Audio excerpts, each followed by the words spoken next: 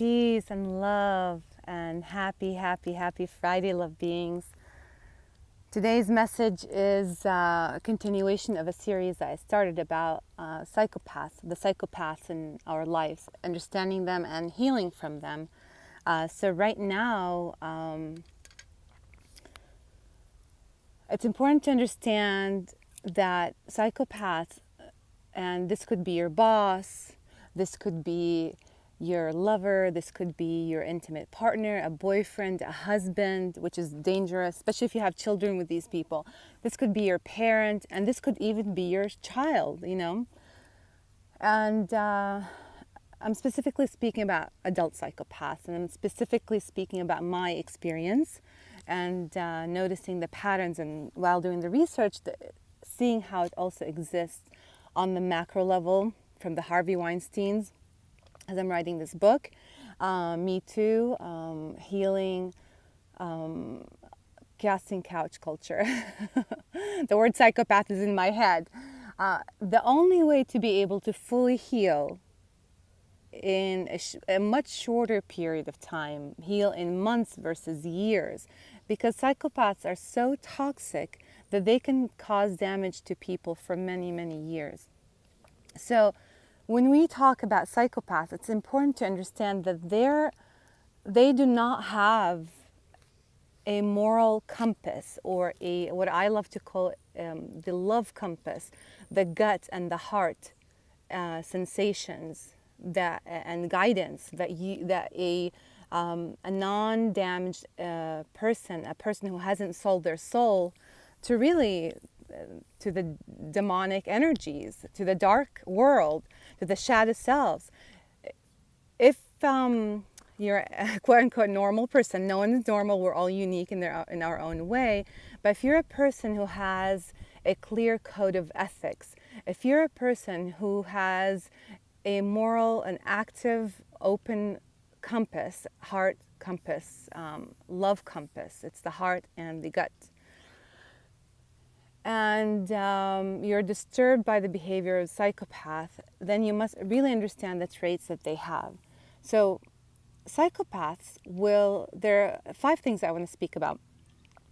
Psychopaths will always accuse you of being overtly dramatic, and that you create drama, and that they don't like the drama that women create. So my psychopath would always say, oh, all of you women, all women behave like this. All of you women are insane. All of you women are crazy. All of you women have the same characteristics, and you're all dramatic. You're all drama queens. And psychopaths use that because they purposely manipulate you to act crazy. It's important that you really understand this point. Psychopaths manipulate you to act crazy. Number 2, gaslighting. Psychopaths will deny what they have done. So when they go into the rage mode, and my psychopath said, oh, I didn't realize all that rage was inside me. What happened specifically is he took my dog and tried to throw him out off of the balcony. And my dog was shaking in his hands. He, during an argument, pulled the gun and put it on the bed to scare me, not realizing that nothing scares me. I absolutely have zero fear. I lived in West Africa, Nigeria. I had to teach myself to survive, not by weaponry, even though we had weapons, where I was, but I'd never used them. I had to mentally and emotionally teach myself survival skills in a very dangerous situation. I lived in Lagos, Nigeria. And I've seen 5 dead bodies. I've seen it all. I've traveled to India, China, Hong Kong, all over Europe. But the dangerous spots, like being in communist China and being in Nigeria, and really experiencing real danger and teaching myself survival skills. So my psychopath didn't scare me with pulling the gun during an argument out of the blue, because it's confronting him about his lies, the pattern of behavior in relation to his ex-wife. Because he's always stalking her. He goes to events where he shouldn't be going to, and he shows up at all the events saying that he's doing it for his child, but it's out of intimidation for his ex-wife, really. So, because they get so obsessed. They can't let go of people in their past. They're obsessed with constantly stalking their ex-lovers or their exes. And if they feel that somebody left them or they're abandoned by that person, they have to hunt them down. They have to remind them that they're there around the corner watching them, to have a sense of control. So gaslighting. So when I confronted him, it took me a long time. It took me a long time, meaning like 3 months for me, because I heal fast. I have so many tools with healing and meditation, etc. But for me, that was a long time. It caused me such an immense shock, because that's the moment I realized that this guy that I've been with for 9 months at the time is a total psychopath. And he was gaslighting. It's like later on in the conversation saying, oh, I never did that. I never did any of that. What are you talking about? I never did it. So they're always gaslighting you. They'll always deny what they've done. And they'll make you look like you're the crazy one. They'll justify lies.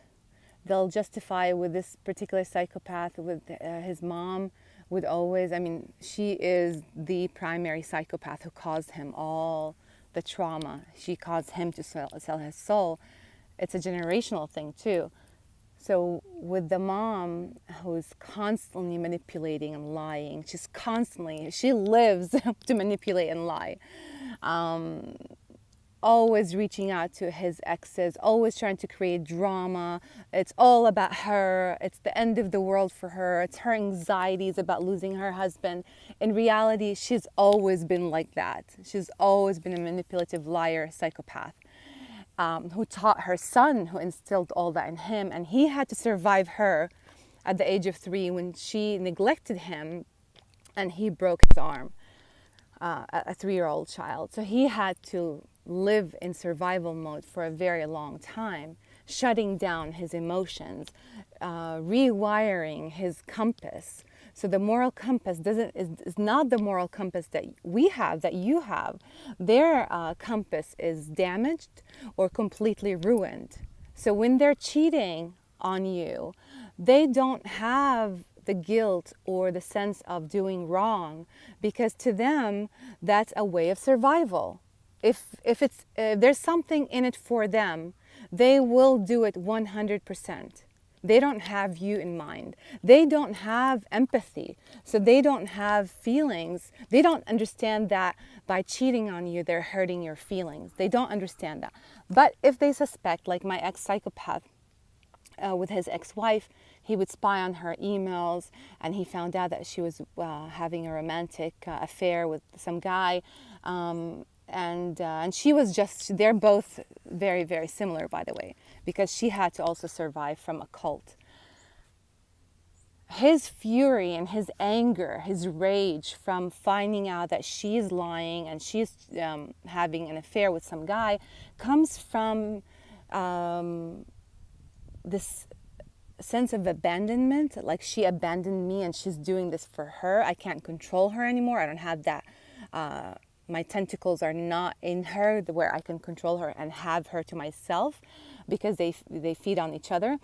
It wasn't that, wow, I'm being betrayed or she has no moral compass. His rage was from the sense of abandonment, and the anger is from that I don't have control over her. So more traits of because the more we learn about their traits, the more we understand that it's not your fault for being with a psychopath. It's not, because they really, really try to make you crazy. They'll drive you to insanity. They'll drive you to have a reaction. And so by understanding these traits, you can also forgive yourself and do the healing on an internal level. Because once you understand their traits, you're able to say, you know what, well, I'm not crazy. I'm not a drama queen. What else do they accuse you of? that you just make up things in your head. They're the ones who create these scenarios to push your limits. One of the things that psychopaths do, and you can do, there's so much research out there, this is all real. One of the things they also do is they will use the silent treatment. So they'll throw a bomb on you, or they'll say, oh, you're just nuts, you're just a drama queen, I don't know why you're behaving this way, there's something wrong with you. Oh, it's that time of the month, you're acting like a crazy woman with your hormones. And I wanted to believe that. I started saying that, oh, it has to be that I'm responding to him this way, I'm feeling like there's my compass, my love compass, my gut, my intuition, my heart is saying something is wrong. Something is wrong with this relationship. Something is wrong with this guy. Why is he always hiding his phone? Why is he lying about things that you don't really have to lie about? What is this? Where is this coming from? What's going on? And why is he always stalking his ex-wife? What is going on? What's this? Where is this internal warfare coming from? They're literally in battle. The devil lives in them. They have sold their soul to the devil. So it feeds on their fear energy, literally. This entity, this energy, this demonic energy feeds on their fear. So the more fear they can create, the more dysfunction that they can create, they feel a sense of satisfaction. It's very sick. It's so sick. A healthy human being with a healthy soul and a healthy moral compass, it's very difficult for you to understand how these people are. They don't have empathy, so they don't feel you. They don't feel your emotions. So yes, the silent treatment. So if you confront them or try to expose them, especially in phase 2 and phase 3 of the relationship, unmasking them, and then confronting them, the war stage, they will use the silent treatment by not responding to you. So they're exposed. They want to make you look crazy. And they will, when people ask them about you, so in my situation, his friends were like, oh, what happened to your girlfriend? We love her. She's a good person. She's authentic. And you were working on a project together. They'll deny it. They'll say that, oh, no, that was nothing. That was nothing. They are so manipulative. They're master manipulators. They're so professional at manipulation that you start doubting yourself. And other people start doubting you because they think those people are the victims. And they'll say, in order to find excuses, they'll say, oh, I was just not ready for the relationship and she's pushing me. One of the things that my psychopath will always say, oh, you're constantly pushing me, you're pushing me, you're pushing me. And that's also crazy making, because that's what they do. They thrive on dysfunction. So I'm grateful for my psychopath and his psychopath mother and these evil people, really, for hurting me so deeply. And thank God my dog was not hurt. Thank God he did not shoot me or kill me. But I'm so grateful for them to allow me to be in a position right now of healing others and sharing my message with you and with other people who need it. Keep in mind, psychopaths are not just men. Psychopaths are women too. And they're all very dangerous. So they're master manipulators. So watch out. And if you need further guidance, if I can shine a light on your path, kindly contact me via email or messenger, lovesylviasweden@gmail.com. And let's set a reading. And I'm so busy these days, I'm finalizing this book, so it would be best that we set the reading. If you contact me directly through messages and want to talk, I'm more than happy to do that. But just to be fair to me and my work, because I've dedicated my life to this, please kindly set a reading. Have a full 60 to 90 minutes. It's good for you and it's good for me, so we can continue to do this work. so much love. Mwah. Love prevails, freedom prevails, truth prevails, and so it is.